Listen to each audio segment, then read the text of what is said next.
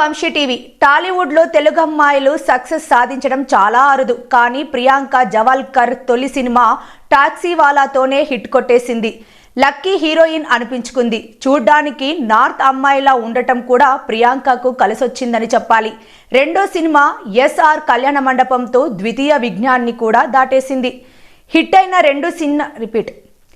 అయిన రెండు చిన్న సినిమాలే కావడంతో ప్రియాంకకు అవకాశాలు పెద్దగా రాలేదు. అయితే అందుతున్న సమాచారం ప్రకారం ఈ అందాల భామ బంపర్ ఆఫర్ కొట్టేసిందని తెలుస్తున్నది.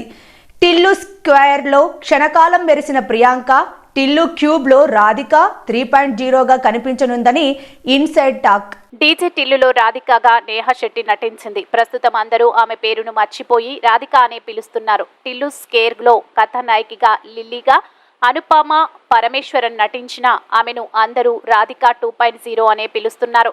ఇప్పుడు టిల్లు క్యూబ్లో ప్రియాంక జవాల్కర్ నటించనున్నట్టు వార్తలు బలంగానే వినిపిస్తున్నాయి. ఇదే నిజమైతే ఈ ముద్దుగుమ్మ కూడా రాధిక 3.0గా మారిపోవడం ఖాయం. ప్రస్తుతం సిద్ధు జొన్నలగడ్డ వేరే సినిమా పనిలో బిజీగా ఉన్నారు. ఆ సినిమా తర్వాత టిల్లు క్యూబ్ ఉంటుందని తెలుస్తుంది.